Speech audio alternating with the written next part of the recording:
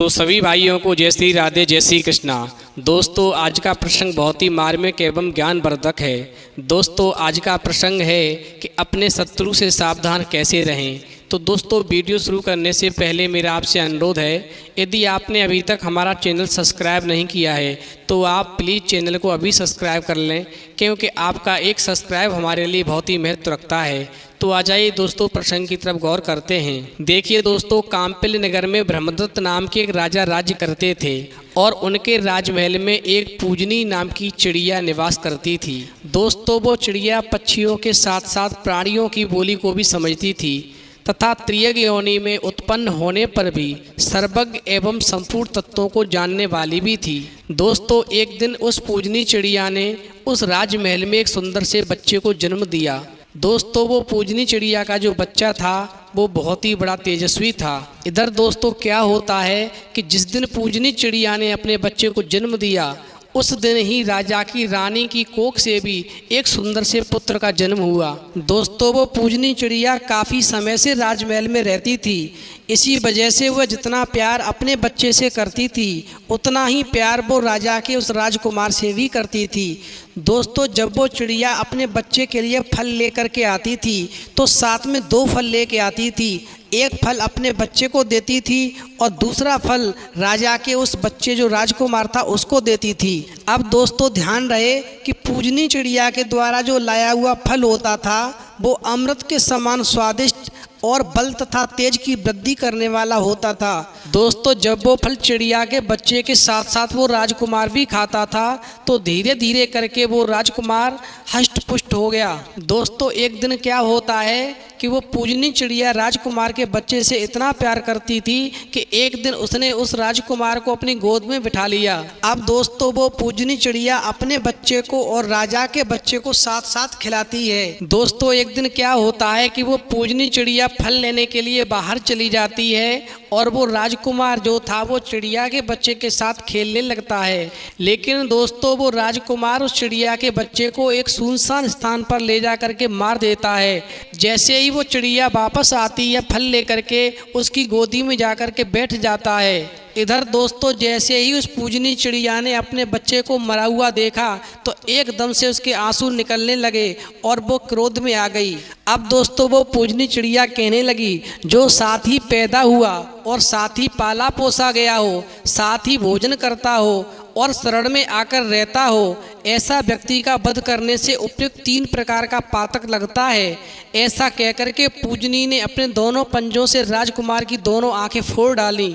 दोस्तों इस प्रकार जब राजा के बेटे की उस पूजनी चिड़िया ने आंखें फोड़ दी और एकदम से उड़ करके आकाश में स्थिर हो गई और कहने लगी, इस जगत में स्वेच्छा से जो पाप किया जाता है उसका फल तत्काल ही कर्ता को मिल जाता है। जिनके पाप का बदला मिल जाता है उनके पूर्वकृत शुभाशुभ कर्म नष्ट नहीं होते हैं। राजन यदि यहाँ पर किए हुए पाप कर्म का कोई फल कर्ता को मिलता न दिखाई दे तो यह समझना चाहिए कि उसके पुत्रों पोतों और नातियों को उसका फल भोगना ही पड़ता है। दोस्तों जैसे ही वो राजा अपने राजकुमार की आंखें फूटी हुई देखता है तो एकदम से क्रोध में पागल हो जाता है और चिड़िया की तरफ घूर करके देखने लगता है। लेकिन दोस्तों फिर उसके मन में सांत्वना बंध जाती है और अपने मन को शांत करके उस चिड़िया से कहता है, हे चिड़िया, राजकुमार को उसके कुकर्म का बदला मिल गया है, हमने क्रोध त्याग दिया है। और दोस्तों राजा कहने लगा, हे पूजनी चिड़िया, हमने तेरा अपराध किया था और तूने उसका बदला भी चुका लिया है। अब हम दोनों का कार्य बराबर हो गया है, इसलिए तुम ये राजमहल छोड़ करके अब मत जाओ। तुम बरसों से मेरे पास में रह रही हो, तुम्हारा बदला पूरा हो चुका है, मैंने अपना क्रोध शांत कर दिया है। अब तुम आकर के इस राजमहल में फिर से प्रेम पूर्वक रहो। अब दोस्तों राजा की बात सुनकर के वो पूजनी चिड़िया कहने लगी, हे राजन, एक बार किसी का अपराध करके फिर वहीं आश्रय लेकर के रहे तो विद्वान पुरुष उसके इस कार्य की प्रशंसा नहीं करते हैं, वहाँ से भाग जाने में ही उसका कल्याण होता है। दोस्तों अब वो पूजनी चिड़िया कहने लगी, हे राजन, अब मेरा और तुम्हारा बैर बंध गया है, क्योंकि तुम्हारे राजकुमार ने मेरे बच्चे को मार दिया और मैंने क्रोध में आकर के तुम्हारे बच्चे की आंखें फोड़ दी। और विद्वान पुरुषों का ये कहना है, जब किसी स्थान पर बैर बंध जाए तो उस स्थान को छोड़ने में ही कल्याण होता है, इसलिए उस स्थान को जितनी जल्दी हो सके छोड़ देना चाहिए। दोस्तों, चिड़िया कहने लगी, हे राजन, जब किसी से बैर बंध जाए तो उसकी चिकनी चुपड़ी बातों में आकर कभी विश्वास नहीं करना चाहिए, क्योंकि ऐसा करने से बैर की आग तो बुझती नहीं, वह विश्वास करने वाला मूर्ख शीघ्र ही मारा जाता है।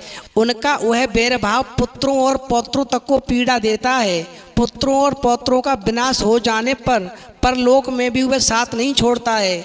जो लोग आपस में बैर रखने वाले हैं उन सब के लिए सुख की प्राप्ति का केवल एक ही उपाय है कि वो आपस में कभी भी एक दूसरे का विश्वास न करें। हे राजन, विश्वासघाती मनुष्यों का सर्वथा विश्वास तो करना ही नहीं चाहिए। जो विश्वास पात्र न हो उस पर विश्वास न करे, जो विश्वास का पात्र हो उस पर भी अधिक विश्वास न करे, क्योंकि विश्वास से उत्पन्न होने वाला भय विश्वास करने वाले का मूलोच्छेद कर डालता है। अपने प्रति दूसरों का विश्वास भले ही उत्पन्न कर ले, किंतु स्वयं दूसरों का विश्वास कभी न करे। माता और पिता स्वाभाविक स्नेह के कारण बांधव गणों में सबसे श्रेष्ठ हैं। पत्नी वीर की नाशक होने से वृद्धावस्था का मूर्तिमान रूप है। पुत्र अपना ही अंश है। भाई धन में हिस्सा बांटने के कारण शत्रु समझा जाता है, और मित्र तब तक के लिए मित्र होता है जब तक उसका हाथ गीला रहता है, अर्थात जब तक उसका स्वार्थ सिद्ध होता है। दोस्तों, पूजनी चिड़िया कहने लगी, हे राजन, जब आपस में बैर हो जाए तब संधि करना ठीक नहीं होता। मैं अब तक जिस उद्देश्य से यहाँ पर रह रही थी वो उद्देश्य मेरा अब समाप्त हो चुका है। जो पहले का अपकार करने वाला प्राणी है वह दान और मान से पूजित हो तो भी उसका मन विश्वस्त नहीं होता। जहाँ पहले सम्मान मिला हो वहीं पीछे अपमान होने लगे तो प्रत्येक शक्तिशाली पुरुष को पुनः सम्मान मिलने पर भी उस स्थान का परित्याग कर देना चाहिए, उसी में भलाई है। राजन, मैं आपके घर में बहुत दिनों तक बड़े आदर के साथ रही हूँ, परंतु अब यह बैर उत्पन्न हो गया है, इसलिए मैं अब यहाँ पर एक भी पल नहीं रह सकती। दोस्तों, पूजनी चिड़िया कहने लगी, हे राजन, बैर 5 कारणों से उत्पन्न होता है। इस बात को विद्वान पुरुष अच्छी तरह से जानते हैं। नंबर 1 स्त्री के लिए, नंबर 2 घर और जमीन के लिए, नंबर 3 कठोर वाणी के कारण, नंबर 4 जातिगत द्वेष के कारण, और नंबर 5 किसी समय किए हुए अपराध के कारण। इन कारणों में से भी ऐसे व्यक्ति का वध नहीं करना चाहिए जो दाता हो और परोपकारी हो। दोस्तों, पूजनी चिड़िया कहने लगी, हे राजन, इन कारणों में से भी ऐसे व्यक्ति का वध कभी नहीं करना चाहिए जो दाता हो अर्थात परोपकारी हो। विशेषतः क्षत्रिय नरेश को छिपकर या प्रकट रूप में ऐसे व्यक्ति पर हाथ नहीं उठाना चाहिए। पहले यह विचार कर लेना चाहिए कि उसका दोष हल्का है या भारी है। दोस्तों, वो पूजनी चिड़िया कहने लगी, हे राजन, अब तक तो न मैंने कोई आपका अपकार किया था और न आपने मेरी कोई हानि की थी, इसलिए मैं आपके महल में रहती थी, किंतु अब आपके और मेरे बीच में बैर उत्पन्न हो गया है, इसलिए मैं अब आपका विश्वास कभी नहीं कर सकती हूँ। इसलिए मैं अब आपके यहाँ से सुखपूर्वक जा रही हूँ, क्योंकि शत्रु से सावधान रहने में ही भलाई होती है। तो दोस्तों, इस प्रसंग से हमें ये शिक्षा मिलती है कि जीवन में उतार चढ़ाव लगे रहते हैं, इसलिए हमेशा हमें अपने शत्रु से सावधान रहना चाहिए। शत्रु की कभी चिकनी चुपड़ी बातों में नहीं आना चाहिए। समझ लो, यदि आपका शत्रु आपसे चिकनी चुपड़ी बातें करता है तो निश्चित ही आपकी मृत्यु हो जाएगी। इसलिए एक बार जब किसी से बैर उत्पन्न हो जाए तो हमेशा उससे दूरी बना करके ही रहना चाहिए, उसी में दोनों की भलाई होती है। तो दोस्तों, यदि हमारी वीडियो आपको पसंद आई हो तो प्लीज़ हमारे चैनल को सब्सक्राइब करें, लाइक करें, कमेंट करें, शेयर करें, क्योंकि आपका एक सब्सक्राइब हमारे लिए बहुत ही महत्व रखता है। तो दोस्तों, इस वीडियो में इतना ही, फिर मिलेंगे एक नई वीडियो में नए प्रसंग के साथ। तब तक के लिए जय श्री राधे, जय श्री कृष्णा।